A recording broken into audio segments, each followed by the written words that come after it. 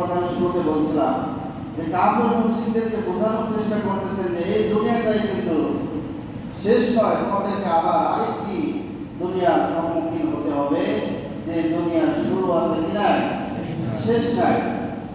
আল্লাহ রাব্বুল আলামিন নবীদের কাছে আয়াত নাযিল করলেন, আম্মা ইয়াতাসাআলুন আনিন নাবাইল আযীম।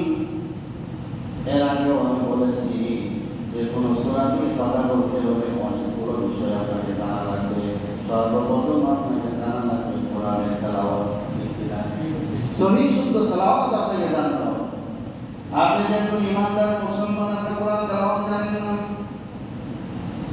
60 বছর পার হয়ে গেছে, এক পাও করে চলে গেছে, তারপরে আপনি কোরআন তেলাওয়াত আপনার সহি হয় না। রমজান আসে আর যায়, শুধুমাত্র রমজানে আপনি কয়েক পৃষ্ঠা শুরু করেন আর সারা বছর আপনার কোরআনের সাথে সম্পর্ক নাই, ঠিক না? এক নম্বর আপনাকে কোরআন তেলাওয়াত সহি শুদ্ধভাবে জানতে হবে, শানে নজল জানতে হবে, প্রেক্ষাপট সম্পর্কে আপনাকে জানতে হবে যে আয়াতগুলো কোন সম্পর্কে আয়াত নাযিল করেছেন আল্লাহ তাআলা। কারণ 1400 বছর পূর্বে নবীজি যখন যে সমস্যার সম্মুখীন হয়েছেন, সমস্যা অনুযায়ী নবীজির কাছে আয়াত তিনি নাযিল করে দিয়েছেন, তিনি কে? আল্লাহ। যে আল্লাহ রাব্বুল আলামিন বলেন, আম্মা ইয়াতাসাআলুন। কাফেররা কি সম্পর্কে জিজ্ঞাসা করছে? কিয়ামত সম্পর্কে নাকি? আনিন নাবাইল আযীম। তাফসীরে জালালাইন বলে দেখেন, আযীম মানে বলা হয়েছে পুরানো কারিমকে, আবার আযীম মানে বলা হয়েছে বিশ্বনবী মুহাম্মদ রাসূলুল্লাহ সাল্লাল্লাহু আলাইহি ওয়াসাল্লাম। আল্লাহু আকবার।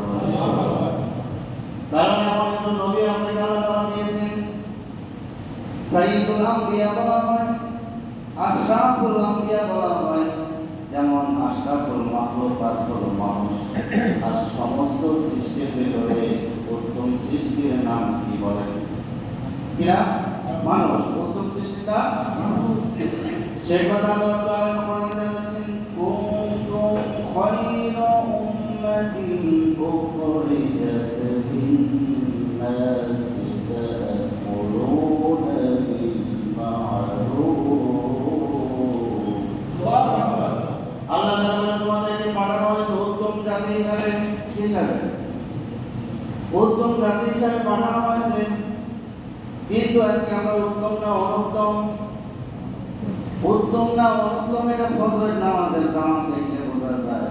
গত সপ্তাহে বলেছি, রমজানের ভিতরে এমন অনেক বান্দা ছিল যে সারা মাস সুন্দর করে নামাজ পড়েছে, ইবাদতবন্দি করেছে, আল্লাহর সাথে সম্পর্ক হয়েছে, কিন্তু রমজান শেষ আমার সমস্ত ইবাদতগুলো আমি ভুলে গেছি। কথা বলে ঠিক কিনা?